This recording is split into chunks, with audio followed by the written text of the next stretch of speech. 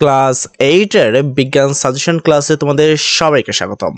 আজকের এই ক্লাসে আমরা তোমাদের বিজ্ঞানের যত কিছু পড়তে হবে, যা যা তোমাদের জানতে হবে এবং যতটুকু তোমাদের ইম্পর্টেন্ট সকল বিষয়টা, পাশাপাশি বিজ্ঞানের যে সিলেবাসটা, সেই সিলেবাসটা আজকে তোমাদের সাথে আলোচনা করতে চলছে।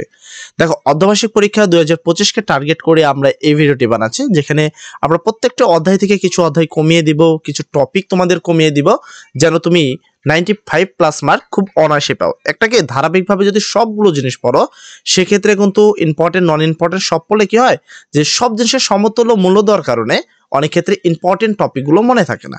এখন তুমি যদি আগের থেকেই জেনে থাকো যে হ্যাঁ, এটা আমার ইম্পর্টেন্ট টপিক, এই জিনিসটা আমাকে আগে পড়তে হবে, সেক্ষেত্রে তুমি ওইটাকে আরো বেশি গুরুত্ব দিয়ে পড়বা, সেক্ষেত্রে সেই জিনিসটা তোমার মনে থাকার চান্স সবচেয়ে বেশি। আচ্ছা, সর্বপ্রথম আমরা সেজন্য এই বিজ্ঞান সাজেশনটা নিয়ে এসেছি। তো সাবজেক্ট হলো বিজ্ঞান, পূর্ণ মার্ক থাকবে হলো তোমাদের 100 মার্ক এবং সময় পাবা তোমরা 3 ঘন্টা। আগে যদিও সৃজনশীল প্রশ্ন ছিল 7টি, এখন সৃজনশীল প্রশ্ন করা হয়েছে 5টি। এখানে তোমাদের সৃজনশীল সংখ্যা কমিয়ে দেওয়া হয়েছে 2টি, ঠিক আছে। 8টি সৃজনশীল প্রশ্ন দেওয়া থাকবে, যে কোনো 2টি প্রশ্নের উত্তর তোমাকে দিতে হবে। সংক্ষিপ্ত প্রশ্ন দেওয়া থাকবে, 15টি প্রশ্ন দেওয়া থাকবে, যে কোনো 10টি প্রশ্ন উত্তর দিতে হবে।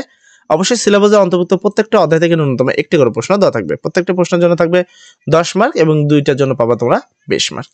বহু নির্বাচনী প্রশ্ন থাকবে 30 নম্বরে, যেখানে তোমরা 30-এর মধ্যে 90 জন্য পাবা 30 মার্ক। এই হলো তোমাদের 100 মার্কের ফুল সিলেবাস। আচ্ছা, এবার আমরা আসি অর্ধবার্ষিক পরীক্ষাতে কি কি অধ্যায় থাকছে। ফার্স্ট আমরা সিলেবাসে বলবো, তারপর আমরা বই থেকে সেই অধ্যায়গুলোর মধ্যে ইম্পর্টেন্ট অধ্যায়গুলো বলে দিব এবং ইম্পর্টেন্ট টপিকগুলো বলে দিব। আচ্ছা, সর্বপ্রথম হলো অর্ধবার্ষিক পরীক্ষা 2025।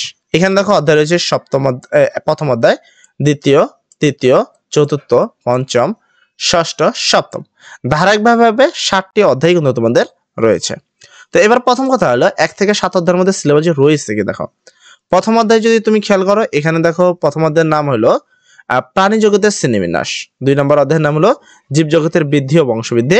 এবার কথা হলো এই অধ্যায়গুলোর মধ্যে সবচেয়ে গুরুত্বপূর্ণ অধ্যায় কোনগুলো বা সবচেয়ে ইম্পর্টেন্ট কোনগুলো তোমাকে পড়তে হবে বা খুবই মনোযোগ সহকারে যেগুলো বেশি পড়তে হবে।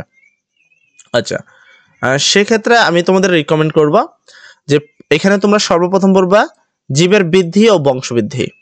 এখান থেকে 100% প্রশ্ন আসবে। প্রাণী জগতের শ্রেণীবিন্যাস, এখান থেকেও 100% প্রশ্ন আসবে। মানে এই 2টা অধ্যায় থেকে তুমি 100% একটা করে প্রশ্ন কমন পাবা। আর রইলো বাকি 3টা প্রশ্ন। আর কয়টা প্রশ্ন? 3টা প্রশ্ন। এই 3টা প্রশ্ন কিভাবে করি দেখো, একটু এটা বেশি যাচ্ছে। আচ্ছা, আমি এই জিনিসটাকে একটু থামো। আচ্ছা, এখানে এরপর যদি তুমি খেয়াল করো, দেখো 3 নম্বর অধ্যায়ের নাম হলো ব্যাপন, অভিস্রাবণ ও উপসেদন। তারপর অধ্যায়ের নাম হলো উদ্ভিদের বংশবৃদ্ধি, সমন্বয় এবং নিঃসরণ, পরমাণু গঠন, মহাকাশ অভিকর্ষ। আমি প্রথম 2টি অধ্যায় দিয়েছি তোমাদের পড়ার জন্য, পাশাপাশি 6 নম্বর অধ্যায়ে পড়বা, যেটা হলো পরমাণুর গঠন, এবং এই সপ্তম অধ্যায় পড়বা পৃথিবী ও মহাকাশ। তাহলে এখানে হলো 2টা অধ্যায়, প্রথমে হলো 2টা অধ্যায়, তাহলে 4টা অধ্যায়। 4টা অধ্যায় থেকে তুমি খুব অনায়াসে 4টি প্রশ্ন কমন পেয়ে যাবা। এবার তার মাঝখানে যদি কেউ অধ্যায় আর একটু পড়তে চাও, আর একটু যদি জানতে চাও, সেক্ষেত্রে তুমি সেই আরেকটা অধ্যায় হিসেবে পড়তে পারো। এখানে এই অধ্যায়টি পড়তে পারো, 3 নম্বরটি, ও ব্যাপন, অভিস্রাবণ, উপসেদন। এইগুলোই আসলে তোমাদের মূল ইম্পর্টেন্ট ক্লাস। এবার আমি তোমাদের একটু আরেক জায়গায় নিয়ে যাব তোমাদেরকে। দেখো, যারা অলরেডি এই ক্লাসগুলো দেখছো কিন্তু বাকি সাজেশনগুলো ক্লাসগুলো পাচ্ছ না, তারা সর্বপ্রথম আমাদের যে প্লে স্টোর রয়েছে বা আমাদের যে চ্যানেল রয়েছে, সেই চ্যানেলের ভিতরে যাবা। যাওয়ার পরে দেখবা তোমরা এরকম একটা প্লে লিস্ট পাবা, যে প্লে লিস্টে তোমাদের যে ক্লাস, মানে তোমাদের 8ম শ্রেণী, 9ম শ্রেণী, প্রত্যেকটা শ্রেণীর জন্য আছে। তোমরা যেহেতু 8ম শ্রেণী, তোমরা এই 8ম শ্রেণীর যে লেখা রয়েছে হলো 8ম শ্রেণীর বাংলা প্রশ্ন ও উত্তর, এই যে প্লে লিস্টটা, এই প্লে লিস্টে যাবা।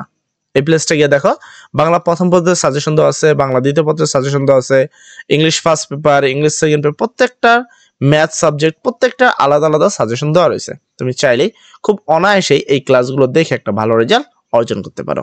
যাই হোক, আজকের ক্লাস এতটুকুই। সবাই ভালো থাকবা, সবার জন্য দোয়া করি। আসসালামু আলাইকুম।